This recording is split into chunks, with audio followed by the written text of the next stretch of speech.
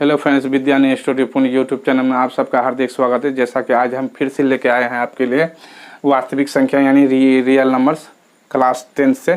ठीक है, matric board के लिए है ये ऑब्जेक्टिव क्वेश्चन आप सबको बता रहे हैं। सो आप सब बहुत ध्यान से देखिए ऑब्जेक्टिव क्वेश्चन। अगर 50 में 50 नंबर अगर उठाना चाहते हैं आप, तो आपको यह वीडियो देखना ज़रूरी है। ठीक है, तो चलिए स्टार्ट करते हैं ऑब्जेक्टिव क्वेश्चन। तो देखिए यहाँ पर क्वेश्चन नंबर 14 तक हम बता चुके हैं पार्ट 2 में। ठीक है, तो इस तरह यहाँ देखिए दो धन पूर्णांक ए और बी के लिए ए बराबर, यहाँ पर सूत्र दिया हुआ है। ठीक है, देखिए तो इसमें क्या हो जाता है कि ये क्या है, ये भाज्य संख्या है, ये भाजक है, ये भागफल है, जोड़ शेष है। थोड़ा सा ध्यान देना है। जैसा कि यहाँ दिया ऑप्शन में, ये कौन सा ऑप्शन सूट होगा। आप कोई भी संख्या उठा लीजिए, किसी भी संख्या से भाग दीजिए, उससे देख के आप बता सकते हैं इसका ऑप्शन कौन सा ऑप्शन सही है। ठीक है, मान लीजिए कि आप 3 से भाग दे रहे हैं 20 में। ठीक, भाग दे रही है, जैसे भाग देते हैं तो 6 या 18 जाता है और बच जाता है 2। तो यहाँ देखिए ये क्या है, भाजक यानी आपका यहाँ पर बी है, ये क्या है शेष यानी ये आर है। अब यहाँ देखिए मिलाइए, ये कौन सा बड़ा है, यानी बी बड़ा है आर से। तो इस तरह आप देखिए यहाँ पर कौन सा ऑप्शन यहाँ पर आपका आंसर है, कौन सा ऑप्शन में आंसर है आपका। ठीक है, तो ऑप्शन सी नंबर में आपका आंसर है। ठीक है, अब चलते हैं नेक्स्ट। अब अगला देखिए क्या है, अगला 16 नंबर का क्वेश्चन है √5 क्या है। ठीक है, √5 क्या है। अब यहाँ पर देखिए हम आभास संख्या को, जितना भी आभास संख्या को अगर हम अंडर रूट में डालेंगे, वो सारे के सारे आपको अपरिमेय संख्या की गिनती में आएगा। ठीक है, जैसे आप 2 ले लीजिए, √2, √3 और √5, ये सारे जितना भी आभास संख्या लीजिएगा ये आपका ये निकल जाएगा आपका अपरिमेय संख्या। ठीक है, और अपरिमेय संख्या को अगर हम किसी भी संख्या को अगर जोड़ देते हैं, मान लीजिए 2 को 2 से जोड़ दिया, √2 को 2 से जोड़ दिया, तो यह जो अपरिमेय संख्या के साथ में जो संख्या जोड़िएगा तो इस सारे संख्या को अपरिमेय बना देता है। अगर घटा भी दीजिएगा इसको, या चलिए घटा दीजिए, घटा भी दिए तो यहाँ पर क्या हो गया, अपरिमेय संख्या होगा। अगर गुना भी करते हैं, √ को अगर 2 से गुना कर दिए, चलिए 2 से गुना कर, तो पर भी यहाँ पर देखिए आपको अपरिमेय संख्या मिलता है। भाग भी देंगे अगर हम किसी भी अपरिमेय संख्या को, अपरिमेय संख्या से अपरिमेय संख्या में, तो वहाँ पर आपको मिलेगा वही अपरिमेय संख्या। ठीक है, ठीक है। तो इस तरह जगह क्वेश्चन नंबर आपका जो है यहाँ पर 16 का आंसर हो गया अपरिमेय संख्या, ऑप्शन नंबर ए में है। ठीक, तो चले क्वेश्चन नंबर 17 की ओर। तो 17 में, क्वेश्चन नंबर 17 में क्या है, पाई 1 है। ये पाई 1 है तो क्या है पाई, तो चले विस्तार से जानते हैं पाई के विषय में।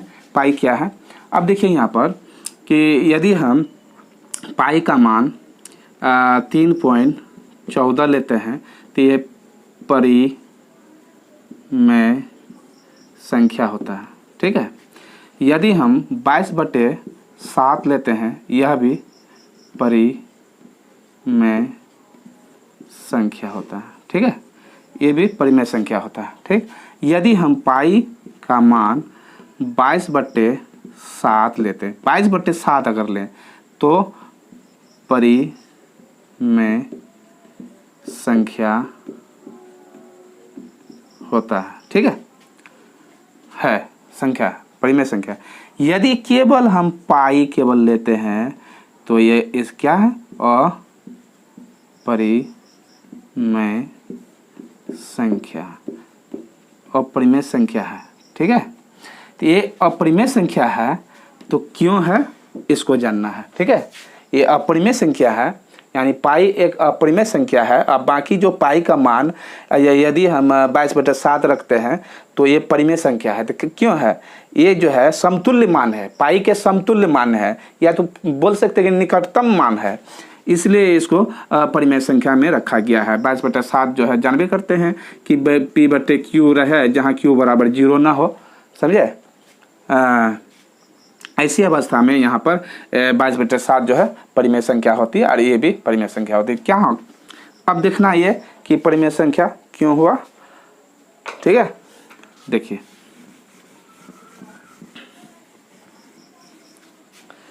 पाई का मान, ये जो पाई है, पाई जो निकालते हैं तो क्यों निकालते हैं, कैसे निकालते हैं? मान लीजिए ये वृत्त है, ठीक है, ये वृत्त है तो इसको तो परिधि कहते हैं।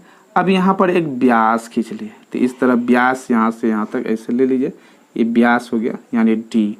तो डी बराबर क्या होता है? 2r होता है, 2r होता है, 2r होता है, ठीक है। अब देखिए यहाँ पर पाई बराबर होता है C/D, यानी वृत्त के परिधि बटे व्यास, ठीक है। तो यहाँ पर क्या हो गया, तो यहाँ हम कह सकते हैं आवर देके पाई बराबर यहाँ C/D का यहाँ जो है निकाले है 2r, तो 2r कर दीजिए यहाँ पर 2r। और जैसे ये भाग में इधर आएगा तो हम लिख सकते हैं, इसलिए C बराबर 2πr, ठीक। तो इस तरह मेरा ये क्या निकलता है? C का मान निकलता है, यानी परिधि का मान निकला।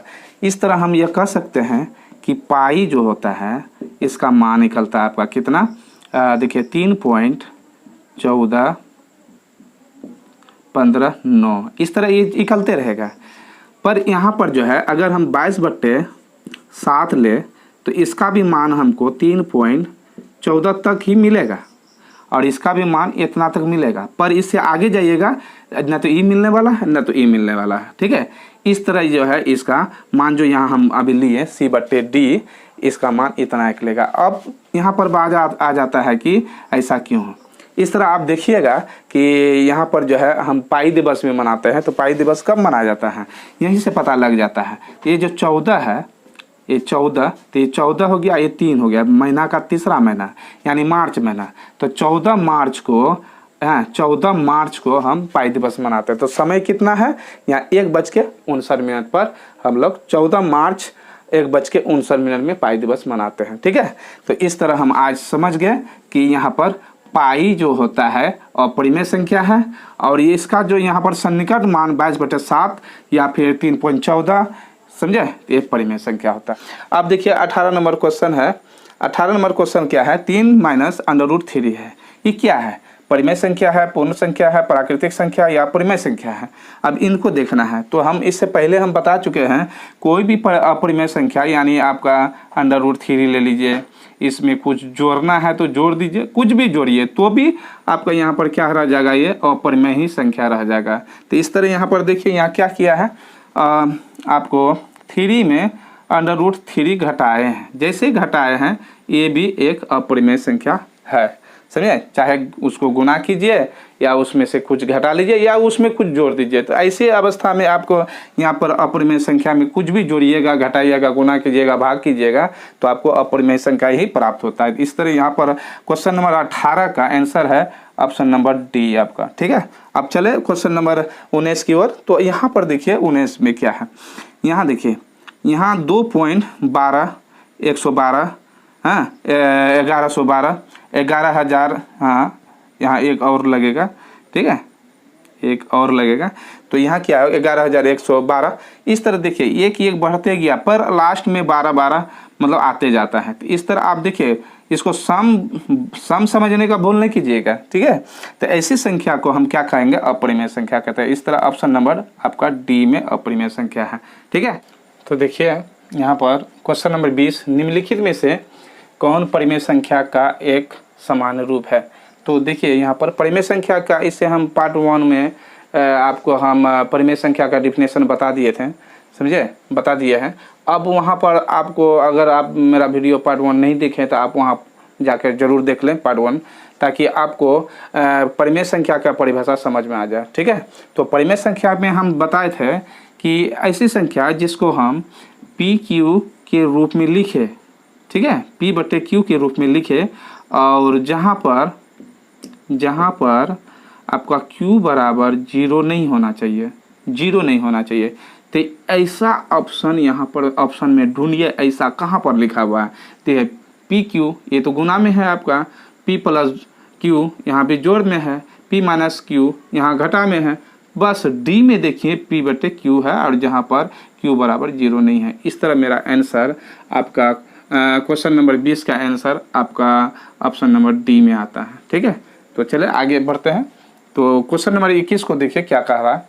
क्वेश्चन नंबर 21 बोल रहा है, देखिए कि 2 या 2 से अधिक अभाज्य संख्याओं का एचसीएफ क्या होता है, यानी है क्या, एचसीएफ क्या है या एचसीएफ है। तो इस ऑप्शन में ढूंढेंगे वो एचसीएफ क्या होता है। तो पहले तो आप अभाज्य संख्या कोई भी ढूंढ लीजिए, कोई भी अभाज्य संख्या आप ढूंढिए और उसको बनाइए।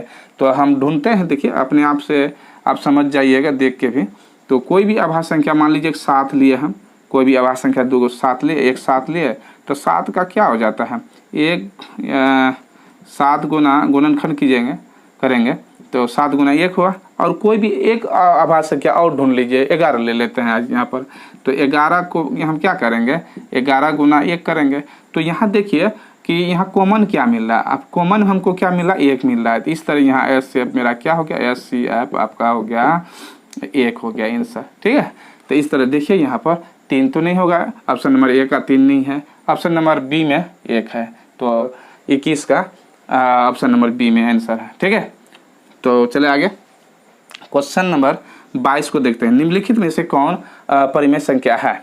तो यहाँ पर क्या हो जाता है, परिमेय संख्या देखिए हम पहले भी बताते हैं, कोई भी मतलब अपरिमेय संख्या को अपरिमेय संख्या में कोई भी किसी भी संख्या से गुणा कीजिए या जोड़ दीजिए या घटा कर दीजिए या भाग कर दीजिए, तो ऐसी अवस्था में वो क्या अपरिमेय ही रहता है, ठीक है। अब यहाँ देखिए सिंगल पीस ए में देखना है, ए में क्या है अपरिमेय संख्या यहाँ पर मिल रहा है, √6 है। यहाँ भी देखिए 4 जोड़ √5 है यहाँ पर, यहाँ √C में देखिए √3 है। तो इस तरह ये सारे के सारे आपको तीनों जो है अपरिमेय संख्या ही है। पर यहाँ भी दिख रहा है 2 √2 और बट्टे √2। तो इस तरह यहाँ देखिए कि 2 √2 बट्टे √2, तो 2 √2 कट जाता है, बच गया 2। अब यहाँ पर 2/1 कर सकते हैं। इस तरह मेरा ये क्या हो गया, ऑप्शन नंबर डी आपका आंसर होता है। ये है आपका परिमेय संख्या, ठीक है। आगे बढ़ते हैं, क्वेश्चन नंबर 23 को देखते हैं। क्वेश्चन नंबर 23 में क्या है, 5√2 है, एक संख्या है, क्या संख्या। हम अभी फिलहाल तुरंत बता के गए यहाँ पर कि कोई भी अपरिमेय संख्या में अगर हम उसको गुणा करें या भाग करें या जोड़ करें कोई भी संख्या से, ठीक है, तो वैसी अवस्था में वो क्या हो जाता है, अपरिमेय ही रहता है। तो यहाँ देखिए 5 आपको 2 है, तो 2 क्या है, √2 क्या है, अपरिमेय संख्या है। इसलिए ये जो है 5 से गुना जब करते हैं √2 को तो अपरिमेय संख्या हो जाता है। यहाँ ऑप्शन नंबर ए में पूर्णांक संख्या, ऑप्शन नंबर बी में आपका ऑप्शन नंबर ए में पूर्ण संख्या है, ऑप्शन नंबर बी में पूर्णांक संख्या, ऑप्शन नंबर सी में परिमेय संख्या है और ऑप्शन नंबर डी में अपरिमेय संख्या है। तो इस तरह अपरिमेय संख्या आपका ऑप्शन नंबर डी में आंसर होता है। अब देखिए क्वेश्चन नंबर 24 में क्या है। 24 कहता है 1/√3 है, 1/√3 है। यहाँ पर भी आपको देखना होगा कि हम यहाँ अभी फिर से बता रहे हैं कि किसी भी संख्या में अगर हम √3 से 5 से अगर भाग लगाते हैं यानी अपरिमेय संख्या से भाग लगाते हैं तो वो अपरिमेय संख्या रहता है। तो यहाँ भी देखिए सम संख्या नहीं होगा, रूट संख्या नहीं होगा। यहाँ पर ऑप्शन नंबर सी में अपरिमेय संख्या, समझे। 1/2 संख्या क्या है। तो यहाँ पर देखिए इससे पहले हम बताए परिमेय संख्या के विषय में, अपरिमेय संख्या के विषय में। तो कोई भी संख्या को अगर हम अपरिमेय संख्या से भाग लगाते हैं तो वह संख्या जो है अपरिमेय संख्या हो जाता है। तो यहाँ पर साफ साफ दिखता है 1/2 जो है अपरिमेय संख्या है। इस तरह ऑप्शन नंबर सी में मेरा आंसर होता है, ठीक है। तो चले आगे क्वेश्चन नंबर 26 की ओर। तो क्वेश्चन नंबर 26 में है देखिए कि √3 और यहाँ पर 12 है, √12 है, ठीक है। अब यहाँ पर देखिए क्या हो जाता है, √3 का 3 रखिए और यहाँ पर तोड़ दीजिए, ऐसे इसको तोड़ना है। तो यहाँ क्या हो जाता है, देखिए √3 का 3 रह गया, यहाँ भी √3 रहा, पर √4 का यहाँ पर क्या हो गया, 2 निकल गया, 3 √3 कट गया, यहाँ पर हो गया 1/2। इस तरह ये क्या हो गया, परिमेय संख्या हो गया, ठीक है।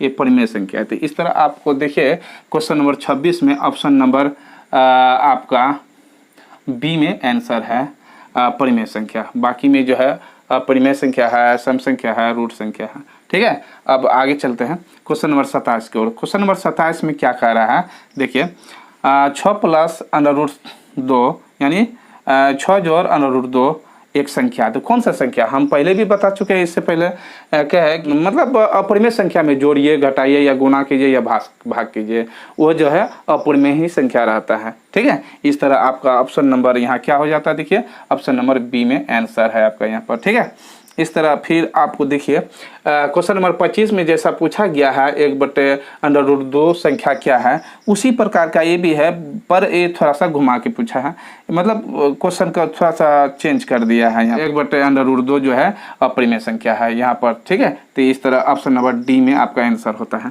ठीक, क्वेश्चन नंबर आप 29 में आइए। ठीक है, क्वेश्चन नंबर 29 क्या कह रहा है, निम्नलिखित में कौन अपरिमेय संख्या है। तो निम्नलिखित में कौन अपरिमेय संख्या, तो हम ऑप्शन से पता करेंगे कि अपरिमेय संख्या कौन सा है।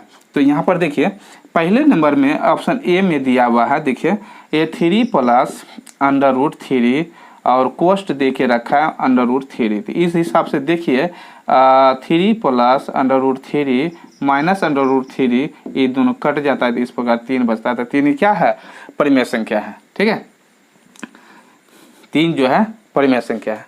तो क्या हो गया, अब यहाँ बी में चलते हैं। बी में क्या है आपको पता है, पाई क्या है, पाई अपरिमेय संख्या। हम बताएं कि कोई भी अपरिमेय संख्या को किसी भी संख्या से अगर गुना करते हैं तो वह संख्या जो है अपरिमेय संख्या, जिस संख्या से गुना कर दीजिए वह संख्या को अपरिमेय बना देता है। इस तरह यहाँ पाई जो अपरिमेय संख्या है, पर 2 जो है यहाँ पर अब सम संख्या समझिए या फिर प्राकृतिक समझिए, जो भी समझना है समझिए, पर वो गुना में है, जैसे गुना करता है वो उसको अपरिमेय संख्या बना देता है। इस तरह ऑप्शन नंबर आपका बी में है आंसर। ठीक है, इस तरह ये सब भी परिमेय संख्या है, इसको भी कटाएंगे ना तो कट जाएगा। देखें यहाँ पर देखिए 3√8 हाँ बट्टे √2। तो इस तरह यहाँ पर देखिए क्या हो जाता है, 3 गुना 2 निकल गया, 4 गुना 2 करेंगे तो क्या हो गया, 4 दूनी 8 होगा, तो 4 का वर्गमूल कितना 2 निकलता है। तो इस तरह √2 हो गया यहाँ, और ये हो गया √2, तो √2 कट गया,